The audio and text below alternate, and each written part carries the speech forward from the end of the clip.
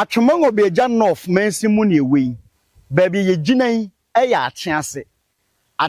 a eben asuofia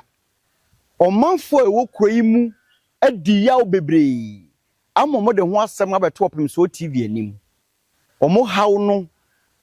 titiru pa ya miensa de edi kan ye baabi a omoto ball aguo a empanimfo twitwa ball asase na ton amenne ensu a eyensu bosum mu eno moto ball egu enti ye de ani kohwe ball no ne ne mpanimfo atwetwe ho nkomo de etoso mienu eye ensu a eda kroyi mu a nipa bi feeling nsuo no ede asisi dan de etoso miensa eye nananom amusieye a ewo kroyi mu a amanfo se nananom bi anampanimfo bi atwitwa asieye nansa ase aton amankofo esi adan we ni ensem bi a eye asuofiafo eye acheasefo ehaw enti ene opemso TV aba ye ne omanfo bedi nkomo na munni yachi na yenkohwese de ensem no tie Fremen na antukusi ajima toso miensa na asante hima nkonso hineneme so krum hawe dey krum ha na asante hima ekuru baakuni na asante hima eno de betena ha enye ne bio achiremade baby mbia bibiri mse nkunu ko dumienu nkonsonfo ayeme konson hin me hwesoma yura na asante hima ni yura otumfo what the communities akonye me betra so ekofie nwotwe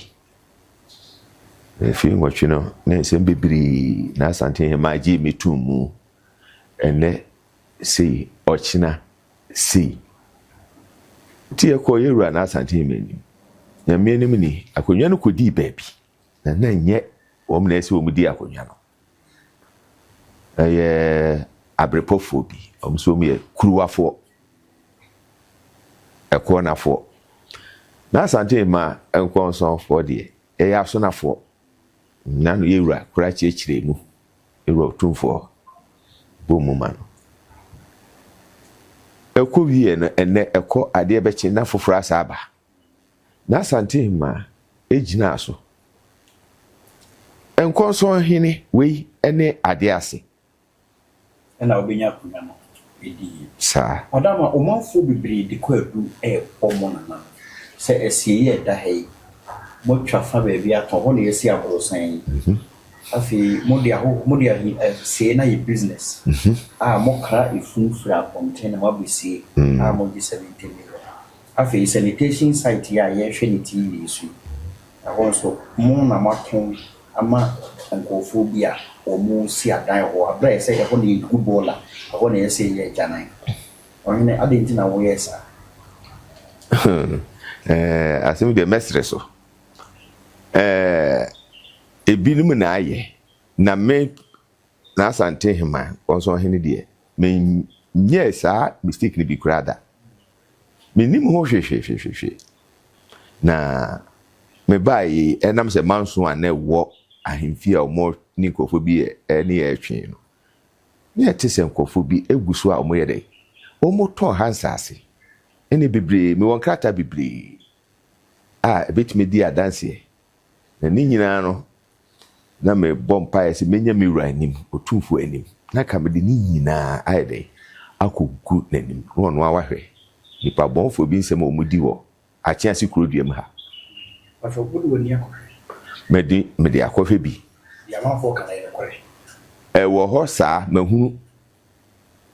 ama me busuafo me office for no e stop wo mu but still I no see wo mu aye ebi ni baby amokan baby sanitation ball and ye good ball no ebi ni esiye amokan ho asem e wo ho mfoni wo ho ni nya mo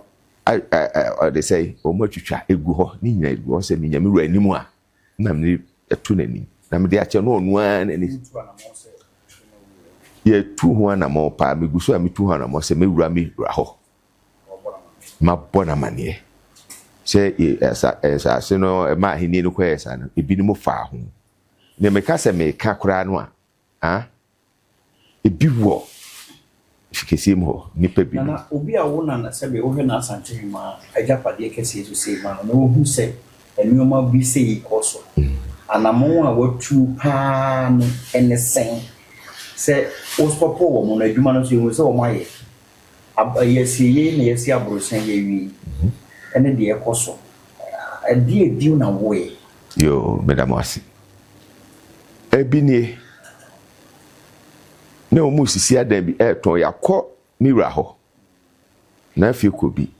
na akuna du yi adom awonya ba bi kro na me fa ne kresi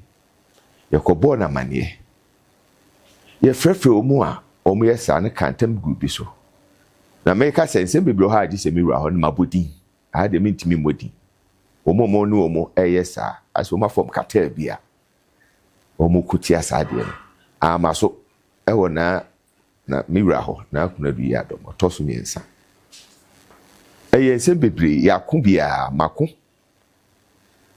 so obehwe a asie ni asie ena da hai me fie so na wasie akire hai ama for the complaints pa ti esi ama for ha anadwo ahomache ma ahomache bi kwa me ko ba bi di mirika pa me ne me wo fa se ba kofi na se na wana no papa o mbi si funi ti e ko ya ko bu se na bi video mu na ba bi e ko no enim did you busa omo no omo si nipa no sebe o firi ha ba bia omo so ye kronfo ama ye ko bolu to mu kunu o esaso na abranti no ne na busua ete asama ha enti busua fo no kura ne kurura no ohene no ho si dikuro no wo so me esi kronfo na si ye omo sa de ba meti ne menyantie se omo de ba or they say Esufia no ba pen so ampene na kromfo mo fa no me mepene me ensie no ha enti na chese do mde no ba ha no o mde ni free asama na ebe sie no achi ase ye na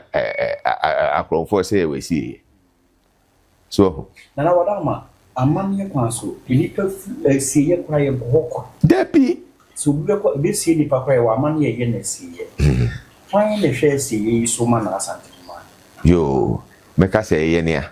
na nam se akonwa no eda ampan no nti no entwiaji our friends were dikuro ha na me dem recognize we dikuro because your history enim ono ye dikuro na we dikuro meme de onye dikuro ma yen konsonfo ai in madkonto mbetna ha na ono ene omu a omu besio obebuso omu se eye ono ene ma ne basa ene ma bi wa ha omu tonto ne ma wo school ha se eno suni omu be kanse na yesie nkofo wa omu ba people bi eni echi bo han se kode kwaso be si obi a esese oba hwan ho de ni para makwan hwan na esuntie fu wo tumi so makwan ni si enka yen konso unit committee ewo ho unit committee ewo ho ti e ba sa me frɛ unit committee for say na dey na ekosu enom si dikuro no a frɛ ne dikuro na hwiaji no ono emo mo kwan emo mo nye o madwuma nti me bia bi beba no no de sebe waka o mo ahye de wo so mo adwumade no ommo mo kwan emo mo ni sa adwuma no enti o mo ba ha kra de betu manim so omo ba ha e de betu me na me frɛ o mo se mo hwɛ nye mo adwuma eko district me bo district ho no me si there bi omo tell bi na they will take the matter up a whole lot okay nana omanfo akase ni preso atia de ekoso wona asante hima de kuri ne nso ne brebo ahye wos anamo be na wutu ni sisi afa ho ebo be na wo hye omanfo afia yo madam ase so open so radio mo tu sa na moyi mestre kroma no mestre omo so bia de ekoso nyina no omo enya abotre efa amna ye fele ne de ekeka ho ni nyina ensumna da ho okwa esu akokora esu akransa esu abena ni nyina enipa bi gusu a omo fele ho metu ha makmia me di mani makohwe na anamo ametu ni tikroma mesere madaroma munya ho abotre e wo se me de komiwra ho na asante masase de kidisi ni ayenhwe ema obi emfiri baby mesee no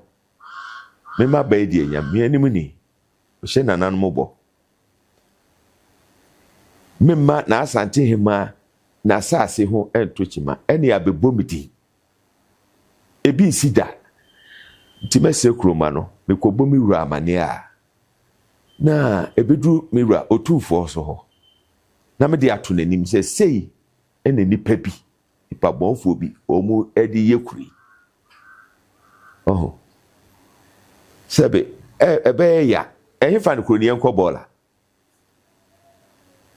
free school ye da hai eho enye ninya mesemiwra semiwra menye nanim atom na de ho misusuye no maye na me de ha kroma no apenedi a wo musi e de akotumi wura ni na mi wura so wa cheme kwampa mesume fa so timiguso enye kiki intokwasem bia de mese kroma so bia aka na koma tuye na mebo mi wura amane medinde antukusi ajiman na asante man konson hene yɛda so wɔ asuofi akyease amanfo hawo a wɔn nam mu community ne concern ɛfa asieya a nananom bi atwa baabi atɔn wɔn de nipa firi baabi ba kuro yi mu besie nsuo a ɛda kuro yi mu a nipa bi fele asi nsuo ne kwan sanitation side a ɛno nso nananom bi atwa atɔn ama nkurɔfoɔ si adan enum one ye wonti matin krofo how ne bebre na former assemblyman ewa ha ye ne kasa ono abo ye pese wa woda ho adi na yahwefo hu ya menu ya midin de oheme prempe former assemblyman ba me di assemblyman okuremu for 12 years yeah na ye say also a presiding member me presiding member nkawie ne barekese my year dean of presiding members Ashanti region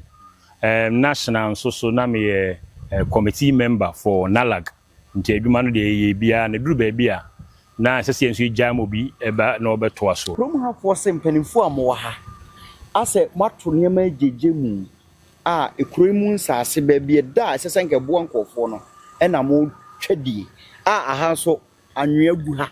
adan ede na ekoso menu ase midi kan aka ase kurunda yakoma so ye free assembly member no so na so ye free mu de na ye free mu nsu a wo hunu se tene ye free nsu akokora nsu aye nananom tete nyina da ha eno nananom ya eye amamre ne amani wo mu de bokuri ho ban na sede wo kan no kre yen yete se obi afele ha yiwura mu ye kwa ye se we ya ye so we ya enti nipa omudin abedadwa eye nanajan a oye oso oye na twafo baafo twafo hene ne konti hene ene achiase dukuru na ntwe agi ena yate se wo mu na afele ye boho ban se ye mpene mo mo mfeli fi ye tie ni se enye hanko baby ba miensa wo ha no makofele ha ne ye tese bibia nsi akiri na nipa na kwa akoye enti kroma mrantie ne maba wo buo fudindende na ye ndie se be no ma nante achenti ne aka chem so munya abotere ne yemfa mra enhye ye nsam nye bibi ye befa mra kwan so kwan papa so ahwe se saade wi ye ma obia ne dwuma bia ha nti se mo ka no kore sa nipa wo bo odin no ya atesem ana mabusa wo mama madi ho adanse age atum se ana wo na amakwan se ensuo yi wo mu nsinsuo naniwa na wo mu fele ensuo yi mu so menu ya bra ye ba ha no me ne current assemblyman ba ye the current assemblyman no efre obi ya friend say o se ye frɛ nipa ahen o ti amoaman assemblyman ye friend say ye frɛ assemblyman no Sule okay enti ono na o ka kire ni se na nejan na de hama ono abrante na ye frɛ no ahen no se on fele ha enti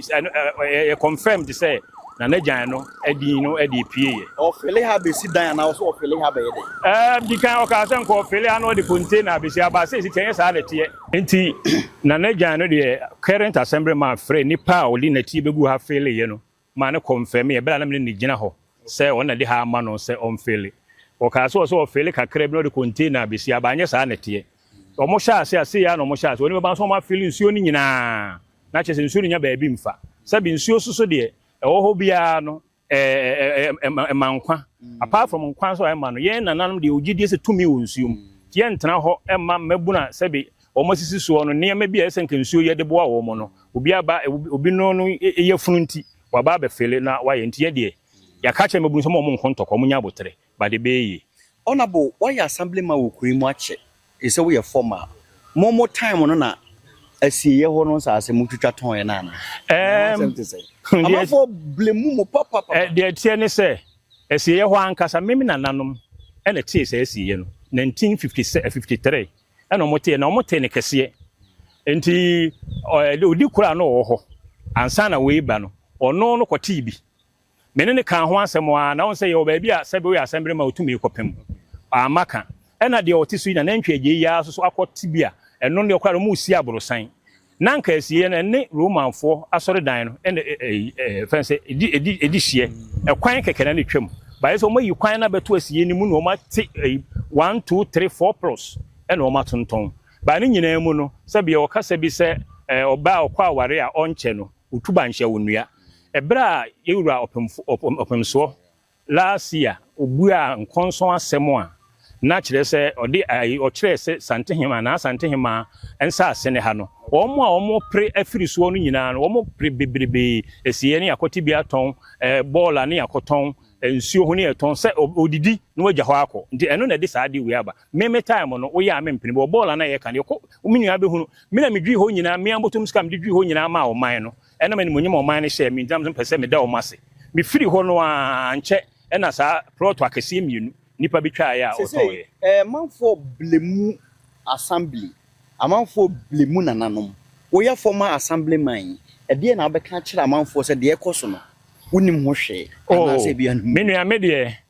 sabe mewie madwuma menim ho hwe na me hu se ya ton ho me fa wonim ho hwe dabi menim ho asem me te ye no so me frɛ current assemblyman ne ko gina ho ma ne ya wo se ho ye o man sanitation me na mbedwi ho de to ho ma o man no enti omo ho ban mo ye ne se obekọ assembly na akoka ho asem busen bia wo so